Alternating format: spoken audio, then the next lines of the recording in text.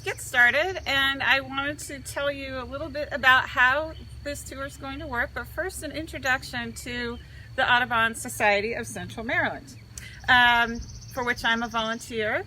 They are an organization with 2 sanctuaries, really beautiful wildlife sanctuaries, and they do advocacy work in several counties in Central Maryland, Frederick, Carroll, and Howard. And they also do this wonderful native plant sale, which actually helped me get started with my native plant garden in the early 2000s, and I'll tell you a little bit more about that in a minute.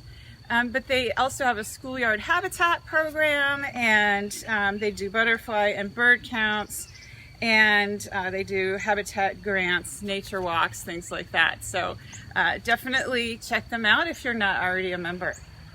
And the reason that we wanted to do this virtual habitat tour is to kick off their online native plant sale that they're doing next week with Lawson's Garden Service. So we're lucky to have a native nursery in Howard County. We did not have that when I first started my native garden. It was pretty hard to find plants for most of the year. So Lawson's Garden Service is offering 10% off each plant, and then they're going to donate those proceeds from June 1st to June 7th to the Audubon Society of Central Maryland.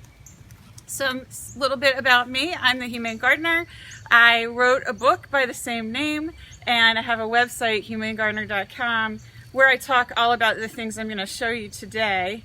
And I get pretty excited when I'm talking about plants. If I weren't wearing this shirt, I'd wear a shirt that Will gave me that says easily distracted by plants. So I'm going to try to be a little more methodical than I usually am when I'm running through the garden and getting excited about everything. But let Will know if there's something that you don't understand. We'll try to stop periodically in between sections of the garden to answer your questions, and definitely at the end leave time for some questions. What was I going to tell you? Try to stop. I don't know. It will come to me. But let's start first here. This is the front, very front garden by the road, and this went through an awkward teenage phase over, I'd say, the last 5 years, and has really come into its own now. It used to just be a border of plants, but mostly turf here. And I call it the bird garden because one day I looked at it and said, if I were a bird, what could I do there? Well, not much, because it didn't have many layers. It didn't have much canopy. And so Will and I started to just lay down newspaper and cardboard over turf, and that's how I make all of my gardens. And then we started to plant, but we also started to see a lot of things come up. For example, these walnut trees, tulip poplar trees, the hickory trees, they're all volunteers in our garden. We didn't have trees here for many years. When we moved in, there were 2 Siberian elms that died, and we kept the stumps actually for the pileated woodpeckers for years. And they love those, but these only grew like this in maybe the past 5 years. And so this is really quite a wonderful little space for the neighbors too. We get a lot of compliments this year, in particular because of this plant, golden ragwort, that was blooming for weeks. And it's all over the patches in the front here. Now, everything else you see here is about to explode into bloom over the next week, 2 weeks, 3 weeks, depending on the plant. But this one is just the star of the show in the spring. And this is the plant that I got at Audubon Society of Central Maryland Native Plant Sale many years ago. I wasn't planning to get this plant. I didn't even know about it. I had a whole long wish list from their website inventory list. I got there 10 minutes late, and almost everything was gone because that plant sale is like the filing's basement. So somebody there said, why don't you try this plant? I don't remember who, but thank you to that person, because this is just the most wonderful plant for wildlife and for people. So you can see that Will is focusing in on the beautiful leaves that cover the ground actually all year. They kind of shrink back in the winter, but many years they're evergreen in our area. And so they keep out weeds, they keep out invasives, and at the same time, their yellow flowers, which we might be able to see, one or two left in other areas that I can show you, their yellow flowers feed bees in the spring. And then when they go to seed, animals use them for nests. Hummingbirds line their nests with them. I saw goldfinches just stuffing their faces with these last week, and it looked like they were carrying them off for a nest, but they may have also been eating them. I've seen cardinals doing that this week. Rabbits can make their nests in here because it's protected. It's never mowed. And my goal here in our 2 acres is to never mow anymore. And so what we usually do where we can is just trim now. This year we haven't mowed with a mower at all. We use a real mower in the front strip, and we use a little mechanical trimmer that my sister told me about that sounds like a sewing machine, not loud at all.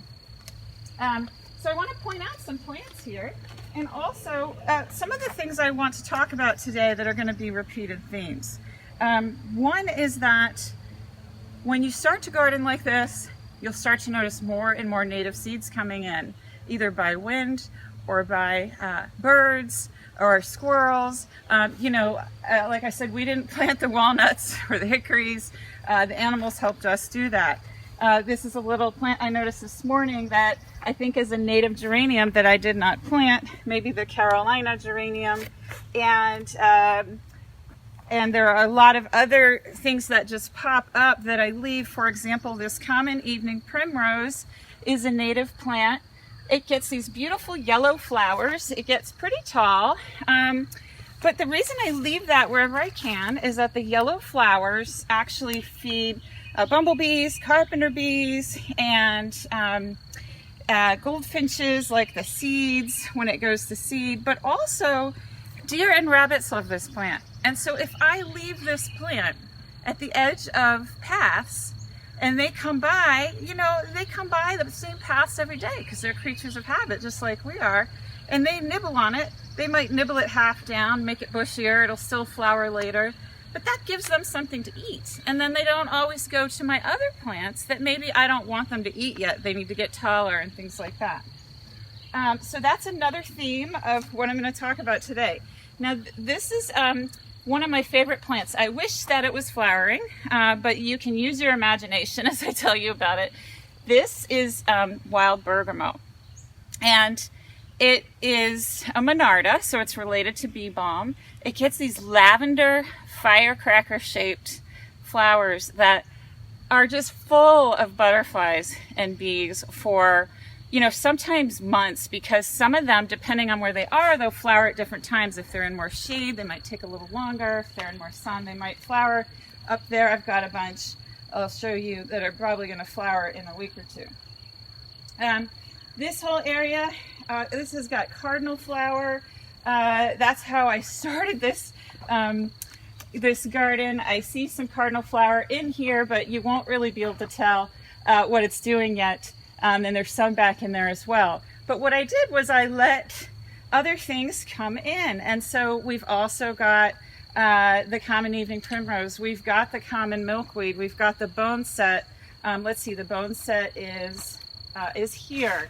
We've got this fleabane. So this is a wonderful native plant that, because of its basal foliage, that might look a little bit, some people like, I don't know, a dandelion or something they might think is a weed. They pull this and they don't give it a chance. Another plant that's great for bees, it's great for groundhogs, rabbits, deer. They'll nibble it halfway down and then it'll come back and flower. And it's like a daisy. It's like I used to grow these little English daisies from seed in the spring when I first started gardening. Very intensive process sometimes to grow things from seed. Well, you don't need to do that with this because it just reseeds. And one of the wonderful things about letting something like this happen is that the animals will teach you so much about this plant community that sort of just popped up. So last year I was sitting here watching a monarch butterfly come to the common milkweed, or so I thought, because it was in bloom. And I started to take pictures with my zoom lens with my Nikon and realized that in fact that butterfly was going to the bone set, which is a gorgeous white flower that gets very tall and also is attracted to bees, other pollinators, moths, wasps, flies, who are also pollinators. But one lovely thing about this is that monarchs can get substances from this plant for their chemical defenses and pheromones. And so they do it by leaf scratching. And so I actually saw this process in this little patch where a male monarch was scratching a leaf, and I had no idea what was going on. And I asked around, and a guy named Don Harvey, who is a Lepidoptera specialist and now specializes in native bees, said, I think that's leaf scratching. And you wouldn't really be able to see these types of things if you don't sort of let nature take its course a little bit. And all the plants that you see in here, there might be a couple non-natives, like there's a feverfew I grew from seed years ago, but the rest is native plants that I either planted, grew from seed, or they just came in.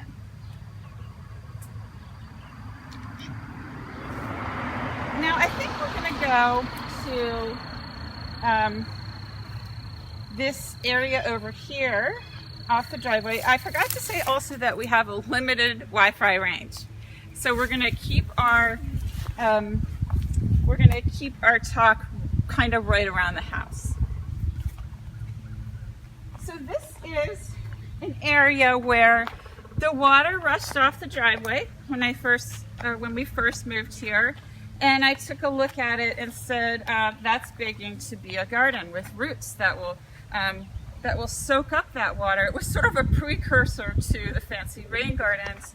I didn't have to add gravel or layers because really it was already there off the driveway. There were these different layers of gravel and then clay, and I added some compost probably over here early on. Over the years, it's really developed into a rain garden. And so this is all obedient plant. It gets pink flowers and it gets these beetles. I wish I could remember the name right now. They're red and black. It might come to me. They sit in the flowers like it's a little hotel for them. And so this is very abundant. It's called obedient plant because when you bend it, it kind of stays that way. It's not called obedient plant because it stays where you want it to, but I don't mind because I like plants to spread everywhere. I've got a lot of space to fill still.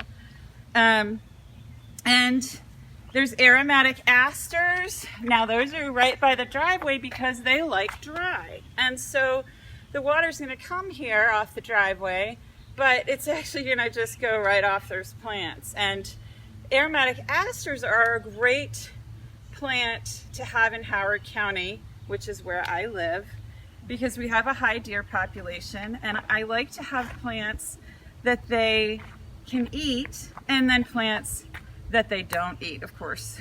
So the mixture helps sustain them. It helps keep my garden. Aromatic asters are aromatic, so they're not that tasty to deer. Same thing with the wild bergamot I showed you with the lavender firecracker flowers. A few other things to point out here.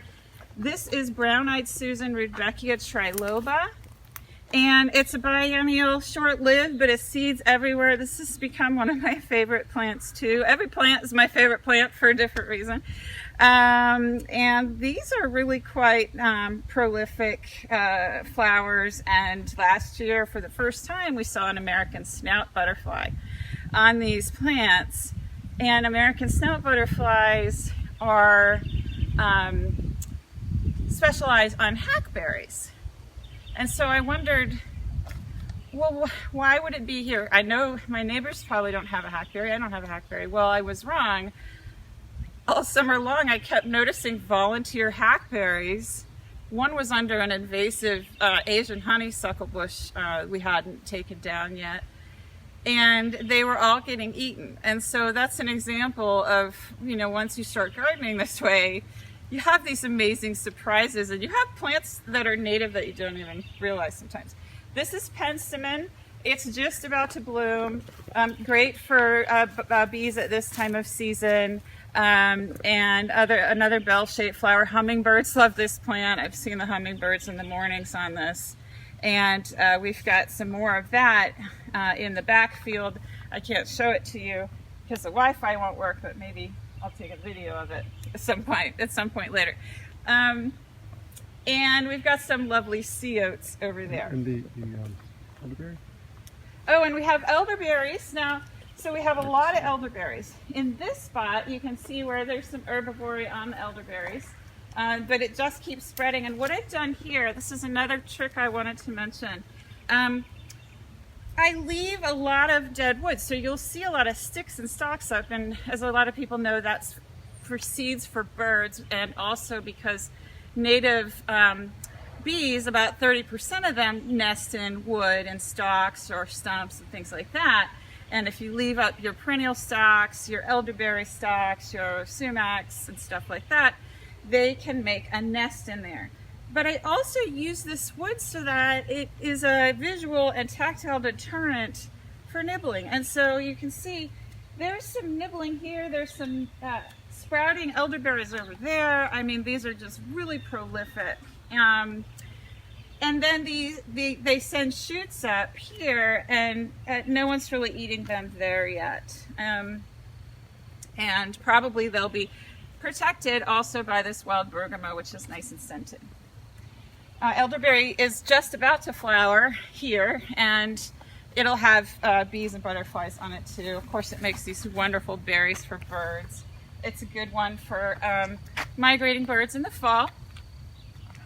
And we'll just step out over here. I want to show you some more mature examples of shrubby St. John's wort later. But this is, again, I wish it was flowering, but we'll do this again sometime, maybe later in the summer.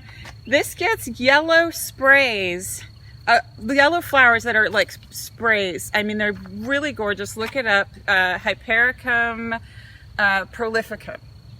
And bees are all over it. There are little masked bees that look like wasps. They're tiny, they're hairless, and they love this flower. I see them mating on it all the time, and they have a really interesting way of collecting pollen. Unlike the other bees, they swallow it because they don't have hairs to collect their pollen with. And they regurgitate it into their nest. So that's just an interesting thing. And these are aromatic asters as well. And one of the things I wanted to mention too is that in the front yard garden, one of the things that I've been working on for a few years is adding those signs of human intention, because I love a wild yard. I want it to be as wild as possible because the animals need fallen leaves. They need dead wood. They can have all the native plants in the world, but unless you have that organic matter, there's places for them to nest and hide and these layers, they're not going to be able to complete their whole life cycles. So to add these signs of human attention, what the landscape architects recommend, Joan Nassauer coined the phrase cues to care. You know, we have our signs, and they kind of tell neighbors what we're doing and why we're doing it. We also put chairs because we like to sit there. That helps a lot to show that this is a human space. And I also lined the bed with mulch from a tree my mother and father-in-law took down. And it just gives it an edge right now while I figure out what else I can plant. And the neighbors can come up here and they can see, you know, these sort of clumping plants. So sea oats is a nice clumping plant for shade, and there's quite a lot of water here. This used to be a baking spot, but because it's lower from the road and it's got so many plants to nurture the environment now, the land is healing here. Switch grasses, and these things that sort of give it an edge and a border. And so, and stumps. Okay, so this is one of our 5 or 6 logs we got from a neighbor, and he cut down a tree, and it's been here, maybe 5 years. Pileated woodpeckers come almost every day. We see them. They probably come every day. We just don't always see them. And they make little mincemeat out of the stumps. This one's still going strong, but you can see over here, they really got a lot of ants and beetles and such out of there. So we love watching them. We can see them from the window, and I believe they're nesting in the backyard. Oh, I want to point this plant out. This is called Golden Alexander, and this is related to parsley and dill. You can probably tell if you've grown parsley and dill, it looks a lot like it. But this is a native plant that comes back every year and reseeds, and it is the host plant for black swallowtail butterflies. It is also a plant for specialist bees, and a specialist bee is a bee that gathers pollen only from certain plants that the bee evolved with. And they need that pollen to provision their nests. And so this is just a really wonderful plant. I've got it in almost every garden now. There's more here that's not flowering yet. And then this other plant my friend Tony gave me, it's called dwarf cinquefoil, and I believe she told me that it also attracts specialist bees. And it's a nice ground cover. You know, it's really, really quite prolific. She told me I would hate her after a while because it spreads. Again, I love plants that spread. This is tufted hairgrass. I'll show you some of this in the back because it's super big in the back. It's older, an older planting. I got this from Isel Plants, and it's evergreen grass in Maryland, native to Maryland. Tufted hairgrass, it's called. And last year I discovered that syrphid flies, who are also pollinators, are all over the flowers of tufted hairgrass when they come into their own. And so, you know, there's this thought that grasses are only wind pollinated, but there's actually been some scientists writing about the fact that perhaps syrphid flies and other insects have more. Oh, what kind of cinquefoil? What kind of what? Cinquefoil. Oh, dwarf cinquefoil, it's called. Actually, now that I think about it, I'm going to have to ask Tony because I think she told me she may have decided it's the bigger cinquefoil. I'll get back to you on that. But it's native. This is, okay, Will, you wanted to back up for the sumacs, right? Yeah. So, at one point we did plant sumacs and I put them in too much shade in the back. Eventually they got shaded out. But they've seeded elsewhere around our property, including right here in the front. And what's really lovely about these plants, the berries, of course, are wonderful for birds in the fall. But you probably may not be able to see the flower cluster buds. They're way up there. Sometimes I get up on a ladder to watch the bees in those flowers. They'll bloom in a couple of weeks, maybe a week or two. And I can actually hear the bees from down on the ground. And it just goes to show we really need trees for bees. We need shrubs for bees. People think of, you know, bees just needing little wildflowers that we can see on the ground. But they need these plants because they flower so prolifically. There's a lot of resources for them. This is coral honeysuckle vine. And I've got this in a number of places too. It's a favorite for hummingbirds, and we see the hummingbirds on here every day. We actually saw hummingbird courtship displays over here in the front a couple days ago. Hummingbird moths lay their eggs on the leaves. Hummingbird moths, if you haven't seen them, they're beautiful. They look like tiny hummingbirds, and they fall down as caterpillars in the fall, and then they overwinter in that leaf layer, which is why it's so important to have these leaves on the ground and leave them there. And you can see how dense the habit is. There are birds who nest in the coral honeysuckle. Okay, should we stop and...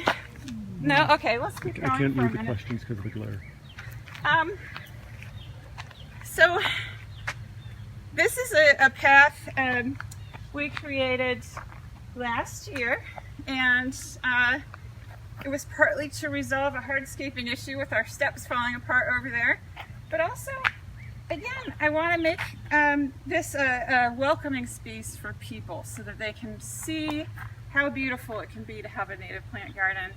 I was inspired by my friend Molly, who's a master gardener and master naturalist with me in Howard County. She has beautiful paths throughout her garden that let you see things up close and really show, again, those signs of human intention.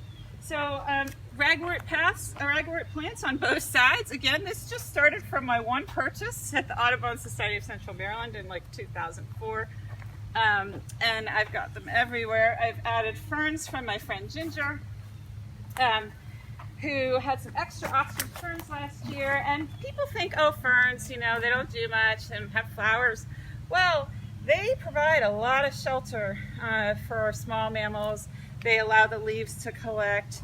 The birds will peck around there too. So, you know, important not to discount any plant that's native because somebody's using it.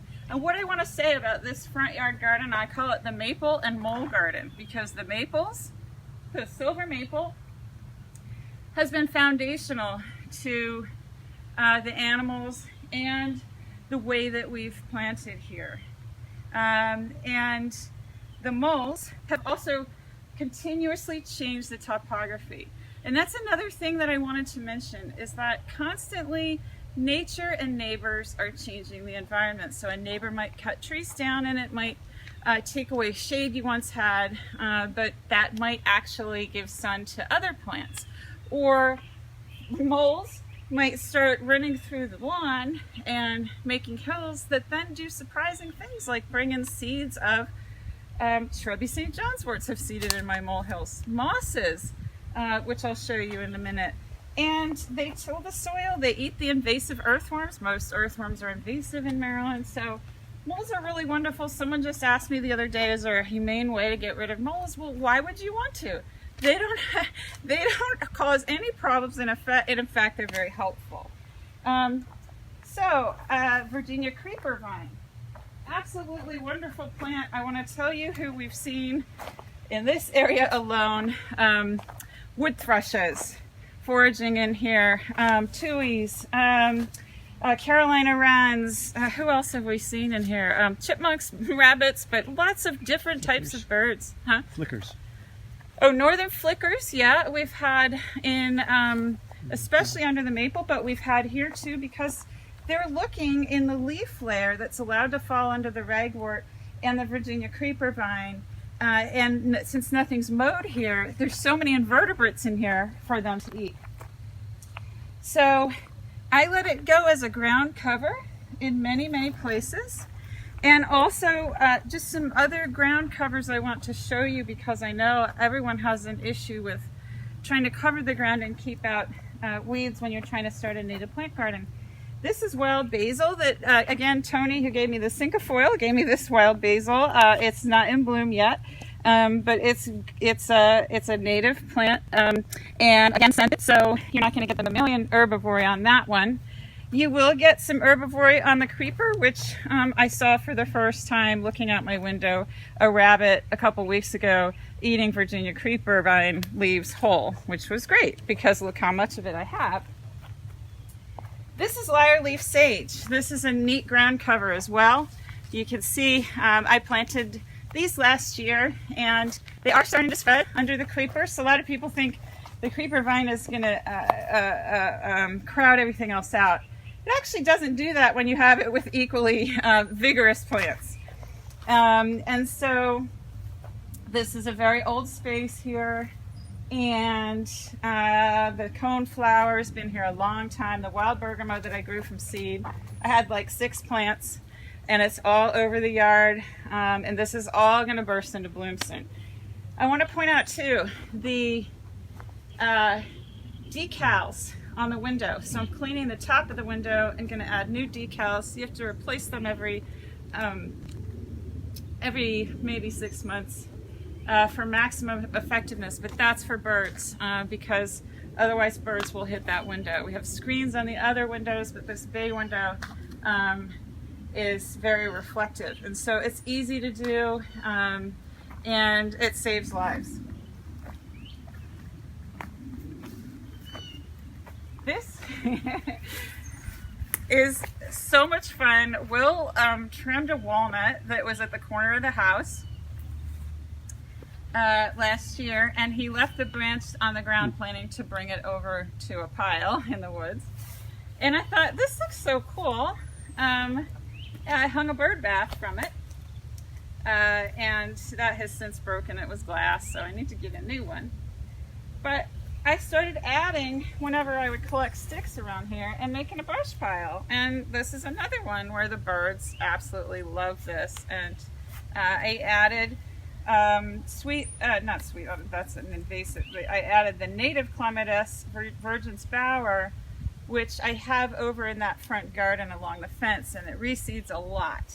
And so I'm going to add some more of that, and that's going to cover over this pile, and I'll have these white, like really well-scented flowers soon enough.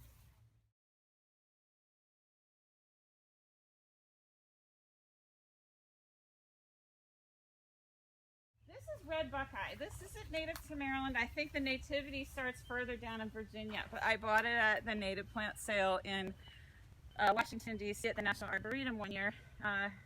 And when I found out it wasn't native to Maryland, I wasn't going to take it out because I already had seen hummingbirds loving the flowers. And it's one of those things that, you know, they really need more flowers in the spring. The feeders may not be enough for them, may not have the protein that they need and such. And so for real nutrition, we need plants. So it's native enough for me, and that's another thing I wanted to talk about. You'll see things here that are not native or that are invasive. We obviously didn't plant those.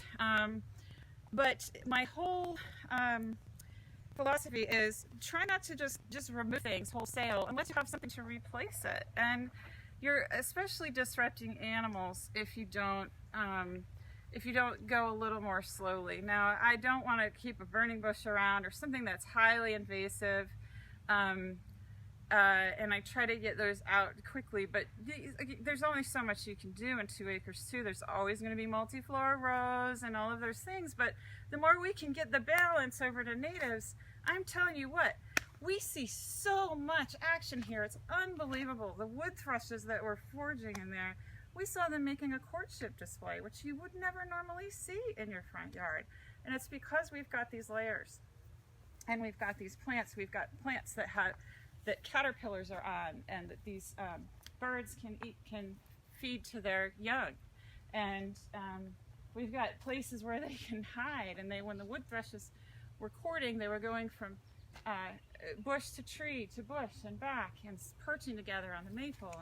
And so there's just so much that happens when you just start to kind of nurture and not rip out. This is all sort of a transitional area too. We've got volunteer eastern red cedars, great for birds, again for the berries, and juniper hair street butterflies lay their eggs on those, and we've got some heartleaf aster. This is a great fall plant. It's been nibbled. I just planted it last fall. It's been nibbled last fall and this spring, but can you tell? No, it's actually here, you can tell. But it just puts up new leaves, and it spreads. And so that's okay that it's nibbled. This is Spigelia, Marylandica. Despite the name, not quite native to Maryland. Again, starts sort of in Virginia. But another good hummingbird plant. It's going to get these gorgeous red and yellow flowers very soon. You can see the little red buds there. I let the sumacs come up. I let them seed. They feed the deer over here, and they sort of compete for light with the maple, but that's okay. The deer also rub their antlers on them in the fall. And another wonderful ground cover. This is related to those little white daisy fleabanes I showed you earlier. This is called robin's plantain, Erigeron pulchellus. Erigerons are also specialist bee feeders, which means that they provide pollen for mama bees who have evolved to rely on them to feed their young. And look at that wonderful spread, totally covering the ground, and that started from 3 plants. And you can see there are some buckeye seeding. I don't know if you can see it here, but they seed among the rabbit's plantain. Okay. Oh, this is funny. So we have wild senna that reseeds all over. I leave this. I don't really eat the wild senna, so I'm not sure where I left that, but I left that. And this is so neat. Okay, so this is called Venus's Looking Glass, Clasping Venus's Looking Glass. This is going to get these beautiful little purple flowers. It's all over our back field. It comes up in the gardens. It's an annual, but it's native. And in reminding myself yesterday about what this plant is all about, I found at Prairie Moon Nursery a description saying that this too feeds a specialist bee. So I did some research, and I found a write-up by Sam Droege, who is our wonderful bee scientist at the USGS in Beltsville, Maryland, who introduced a lot of us to native bees, along with Heather Holm, who has written some wonderful books about native bees. And he said that this might be also a plant that feeds those specialist bees, or at least one specialist bee that relies on its pollen. You know, and that just gets mowed down. Unfortunate. Another native, I believe an annual lobelia, Indian tobacco.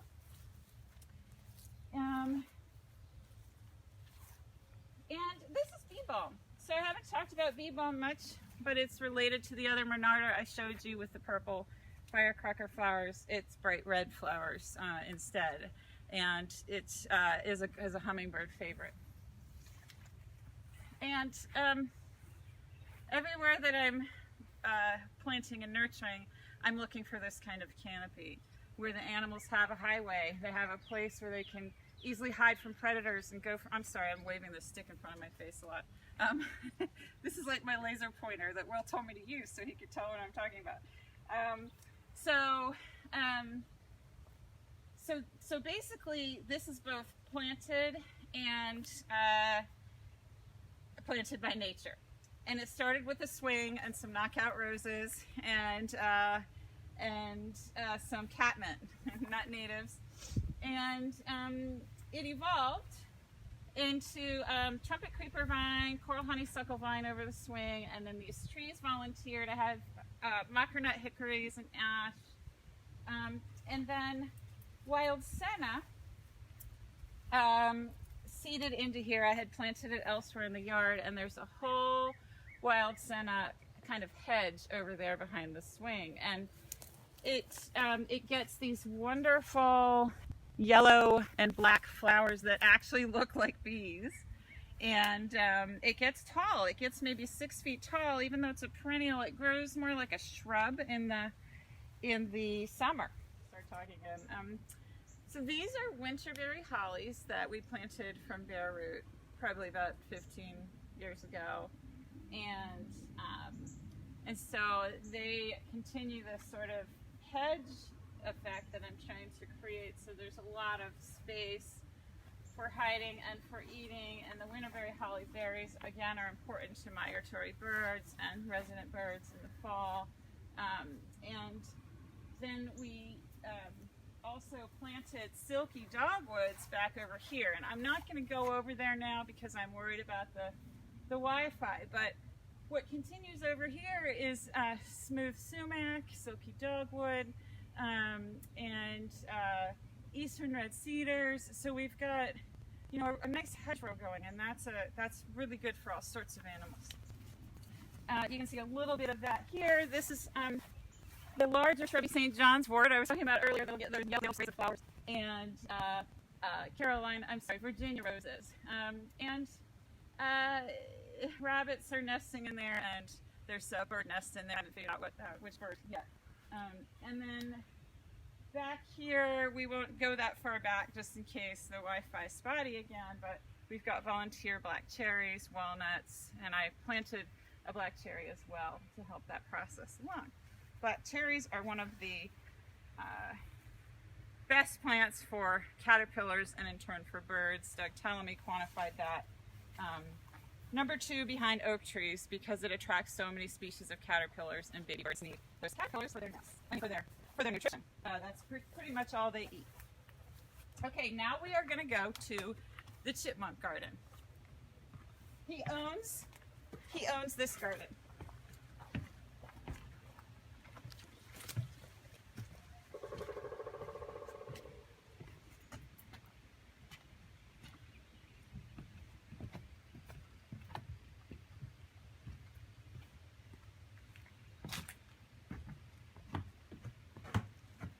The chipmunk says hi to me every day. There's a chipmunk in the front wall, and there's a chipmunk back here who lives near the irises.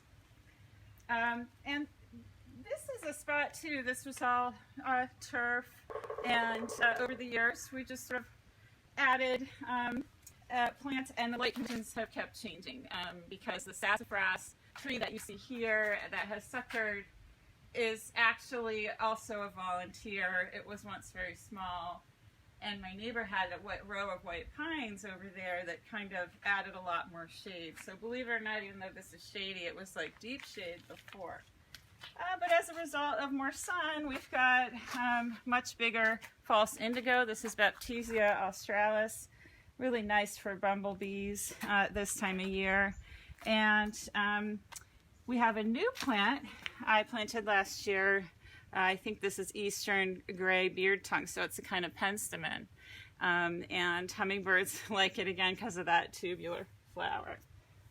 And over here, I wish I could show you my Joe Pye in the back field. I have a huge patch, but we've got it growing in the patio. I moved some. I cannot possibly move these, and so I'm going to cut them in half so they'll be shorter, but still flower. And then you see these tall ones here.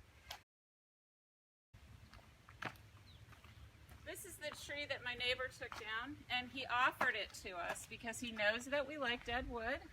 And so my friend Jessie in New York, she runs Jessie Ecology in Saratoga Springs, she told me about tree cookies and that you can use them to make steps in your path.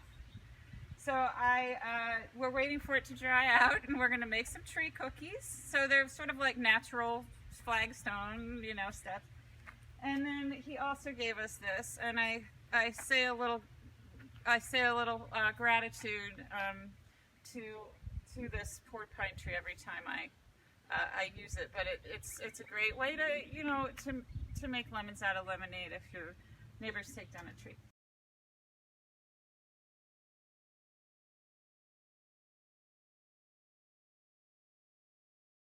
Resources online it depends where you live, but there are some really good databases. So National Wildlife Federation has one that made with Doug Tellamy. Audubon Society has one, also probably I think in concert with Doug Tellamy. And you can just look up Audubon native plants, you'll find that. You can put your zip code in, and it will give you lists of preferred plants for birds.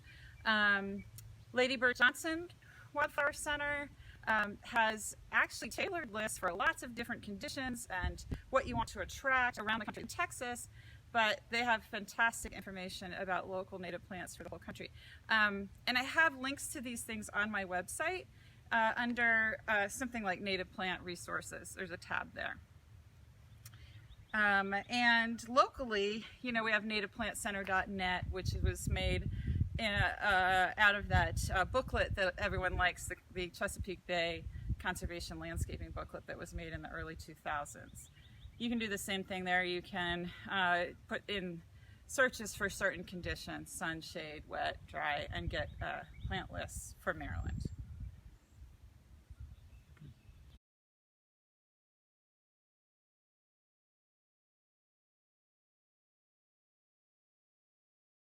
Garlic mustard has some native competitors, and I wrote about this on my website in a couple places, and I'll tell you now that you can look up something called Dracula's Garden. Just search on that, and you'll find my article on a couple of them.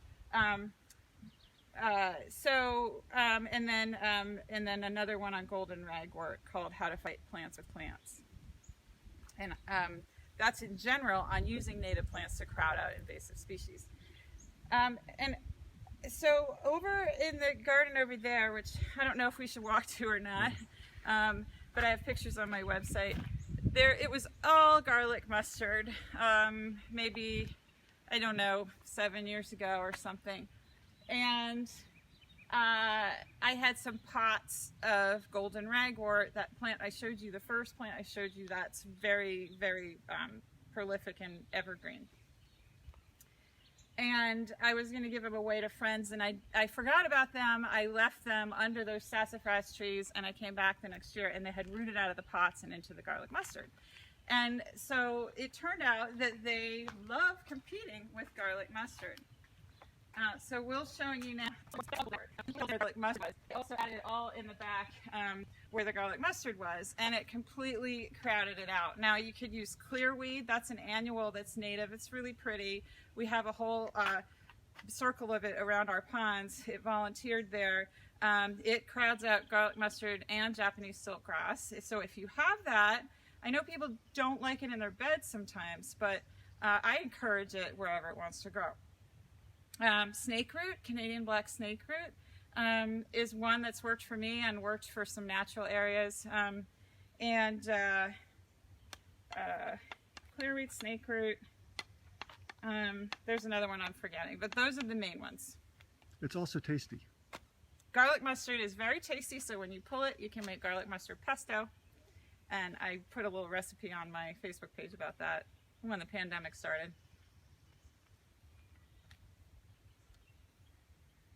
Okay, well, I think we're just about done, and I really appreciate everybody following me around my garden, because I wasn't able to show it in person this year, and I'm excited to be involved with Audubon Society of Central Maryland as well. They're really doing so many great programs and new initiatives, and I encourage anyone in the area to get involved with their organization. Thanks so much, and I hope you all have a wonderful weekend. Feel free to get in touch with me anytime. My website's humanegardener.com. My email is nancy@humanegardener.com. Thanks.